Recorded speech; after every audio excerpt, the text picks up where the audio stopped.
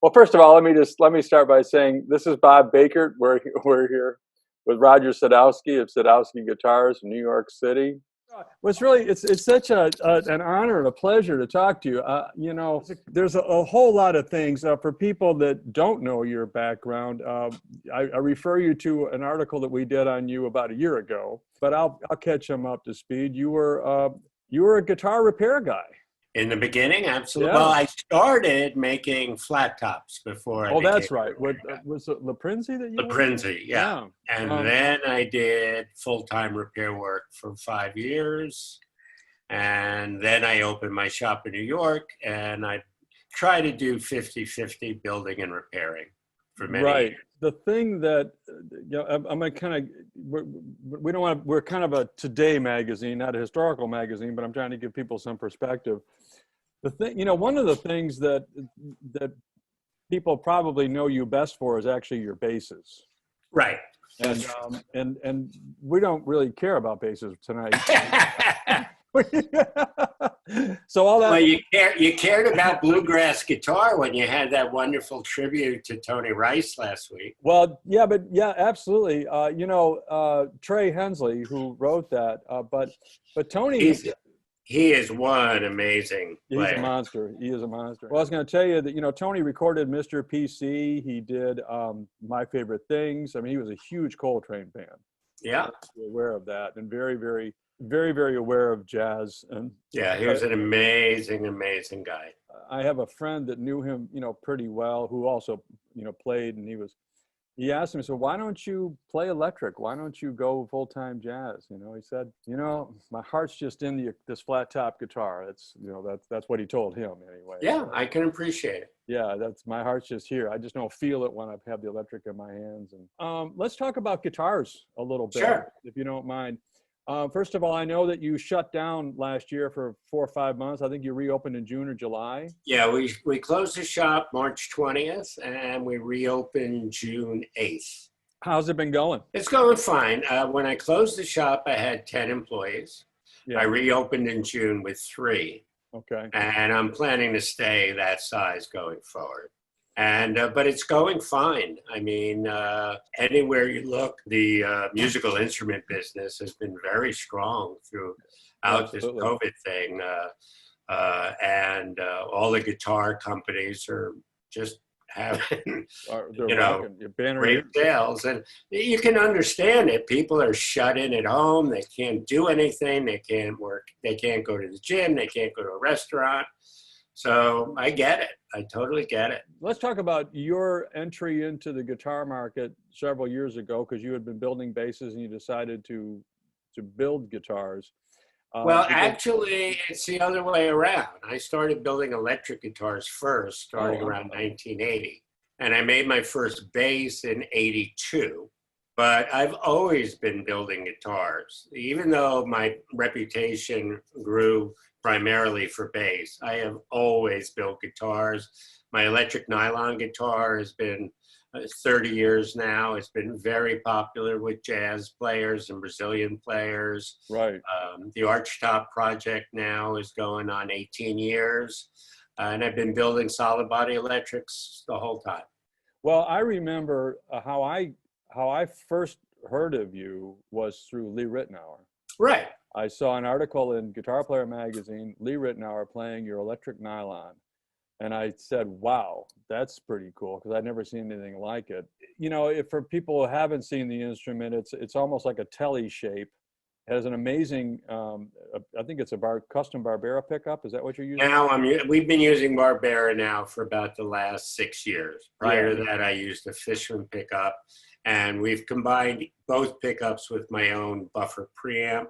Just a unity gain buffer preamp. There's no active tone control. I would go to NAMM and I would spend a half a day or so, going with all the guitar places I wanted to go to. And I remember having to go by and check out that guitar, and I did. And I fell in love with it, and I was trying to figure out, let me see, do I pay the mortgage this month, or do I? Right. I was back. But what a beautiful, beautiful instrument that it was. And part of the problem is that people don't realize what elegant solutions there are out there to amplify them and to bring that tone into a larger space. Sure. Which is where you come into play.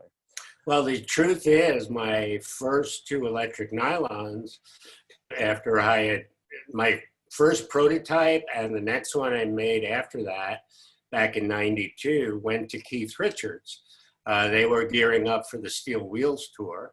And my shop always did all of their instruments before they went out on tour, their guitars and basses. Mm-hmm. And the production guy, Pierre de Beauport, came in and asked my opinion for Keith on getting an electric nylon that wouldn't feed back in an arena.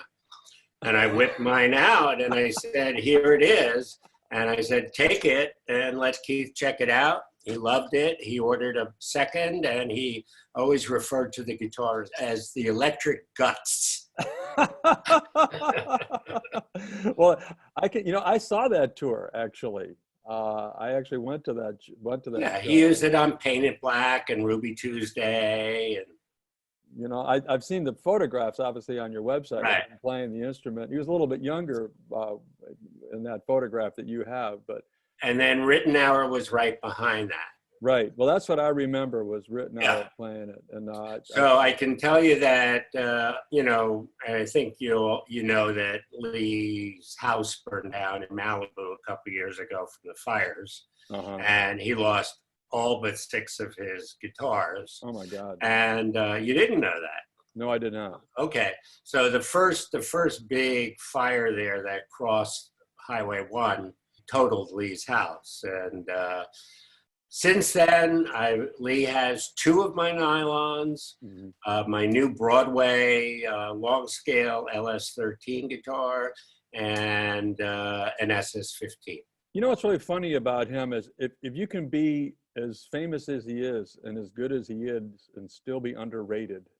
I know what you mean. I mean, the guy is brilliant.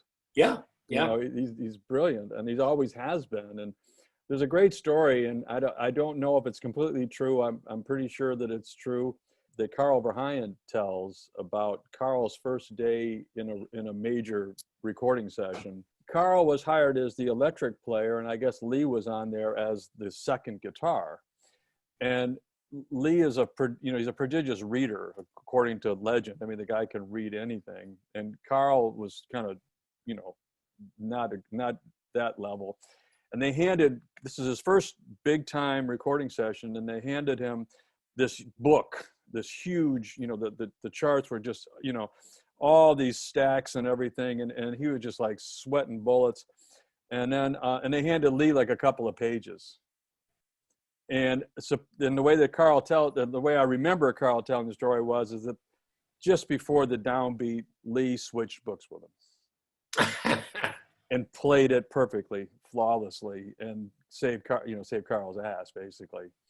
But I mean, that's the kind of a reader that he was, and obviously the kind of guy that he is. But he just seems like a really, really nice guy. He is. He's a very nice guy, and I'm pleased to, I don't seek out my clients to be my friends, but Lee and I have become friends. He's really, a wonderful guy. He seems great, and he's obviously a huge, huge talent. And like I said, if you can be as famous as he is and still be underrated, I mean, that would be him for sure. So you've got your S-style guitars the S-style would be, obviously, if you don't mind me saying, Stratocaster-ish. We have the S-style, we have the T-style. Yeah. What people don't really, what I believe, and you can straighten me out on this, is I think you might have been the first guy to build what people refer to as a Super Strat. Well, they say the same thing about my basses as well. The evolution of my guitars really came from, at that time, starting in '79, mm-hmm. all of my clients were the New York session guys. Right, I know that, yeah. So they would go to sessions with 4 instruments tops, a Strat, a Tele, a Les Paul, and a 335. The problem in New York, unlike LA or Nashville, is you really didn't have cartage to bring a trunk of 8 guitars to a recording session. So a New York musician could only take what he could get into a cab or hop onto a bus or get into a taxi with. Right. So my objective from the get-go was, how can I make as versatile an instrument as possible so that they could literally go to a session with 1 guitar? And so I found that in a 25.5-inch scale. Right. And I found that in a humbucker, single humbucker configuration. It got most of everything that a player would need. And that's been my main pickup configuration ever since. You put tops on them, right? Yes. Yeah, so they're not like a solid alder or solid. No, all of my instruments, even going back to 1980, I initially started making a chambered T-style guitar. And then maybe after my first 20, and they all had like spruce or cedar tops, and the players were destroying them with their picks. Right. So then I started using maple, which was harder, and pick guards. But to this day, my solid bodies are chambered. Again, that's the acoustic guitar maker in me. Right. I want my instruments to be as acoustically resonant and as lightweight as possible. What's interesting is that, there are some guitars, I won't mention any names, but when they chamber them, they take the guts out of the tone, but your instruments don't do that. You've figured out the way to tune them so that it's an add, it's not a negative. Yeah, I don't know. I mean, again, I don't make a true hollow solid body with just the top, but they are chambered and knocks a good 3/4 of a pound off the body, and I feel it resonates more. What's the average weight of one of your S styles? Well, that's a good question. I'm going to say in the 6.5 to 7. That's light. Yeah, You that's very light. And you also have your proprietary preamp.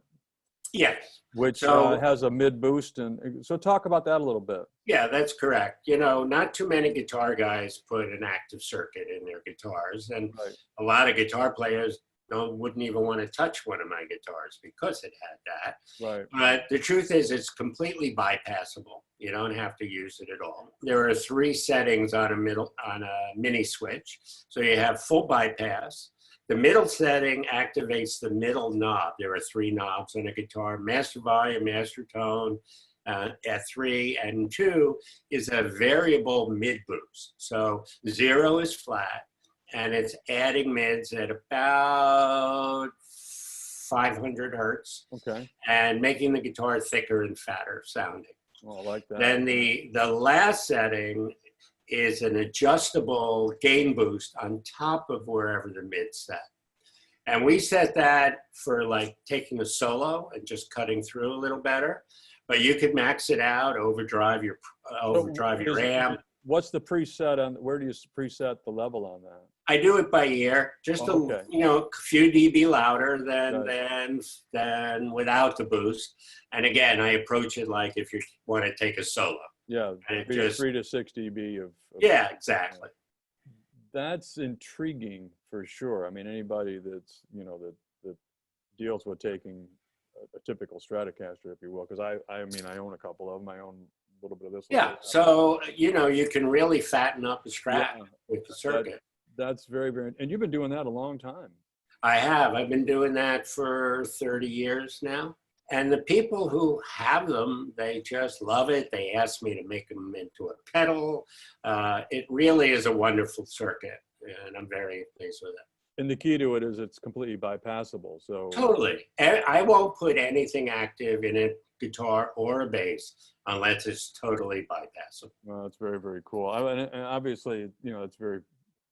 You've been doing it forever, and it's still a problem. I mean, I follow a lot of the boards. I watch what people talk about and think about and all that kind of stuff. And hopefully, this interview will get out to some people, and they'll see that. Oh, somebody's got that. Oh, cool. All right. Well, I've always had this nightmare that one of my guitars would explode in the middle of a gig or recording session.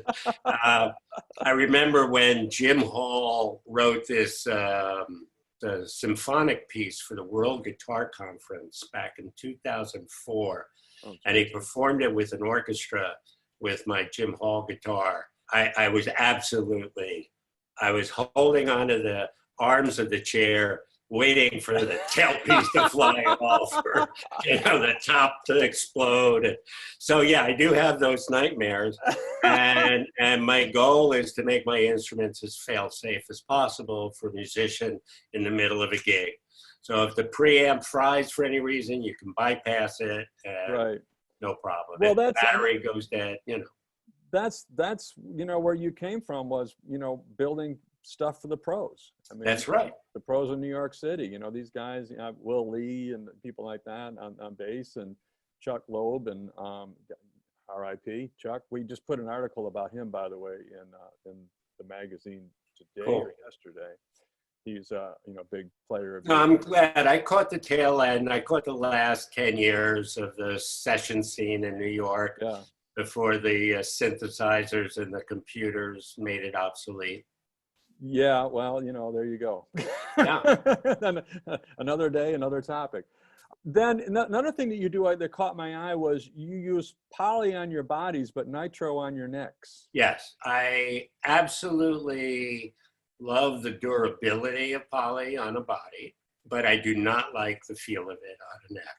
Right. And I've been spraying nitro for almost 50 years now. And I just love the way it feels. Right. And I spray it on the thin side because I literally want players to wear the finish off on the back neck. Back in the heyday, all the studio guys would bring me their vintage, strats and tellies, and they'd worn off all the finish on the back of the neck, and nothing ever felt better to me than that.